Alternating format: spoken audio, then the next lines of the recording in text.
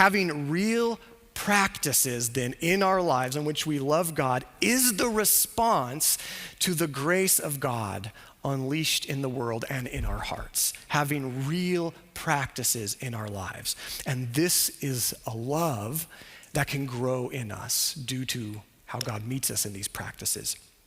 So here again is the summary list that John Wesley presented as the simple rule to love God. And here's some of the practices that he meant. Here's all the practices. If we could summarize them, it would look like this. Public worship.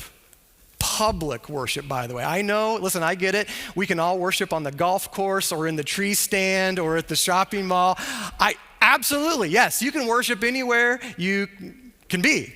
However, here it's talking about public worship, that there is a means of grace that is public worship, worshiping together in community, then being shaped by Scripture, and then prayer, and then Holy Communion, eating at the Lord's table, and then fasting or abstinence.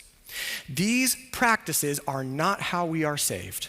These practices are not works of merit in which we build a nice resume so that God will let us into heaven someday and say, look, God, I prayed a whole bunch that one year and here you go. It's not how it works.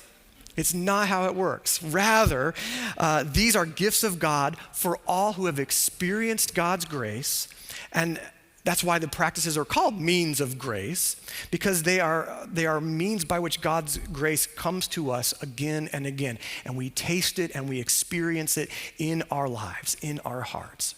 These are not the steps that you do so you work hard and try to earn your way into God's favor. Jesus has taken care of that for us. These are a response to the love of God, just like the Israelites, just like Matthew's Sermon on the Mount, just like the Acts 2 church. These are a response to the love of God. Now, the practices, of course, they could be misunderstood.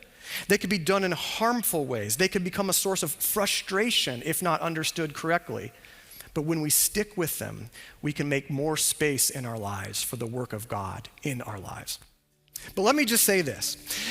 Going back to basics is not about just doing more stuff.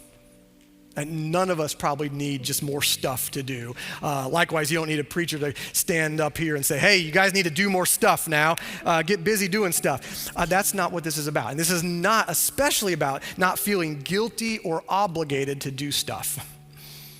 Here's what it's about. It's about using what God has given to us to be shaped into Christ little by little, so that our lives become a greater blessing to others.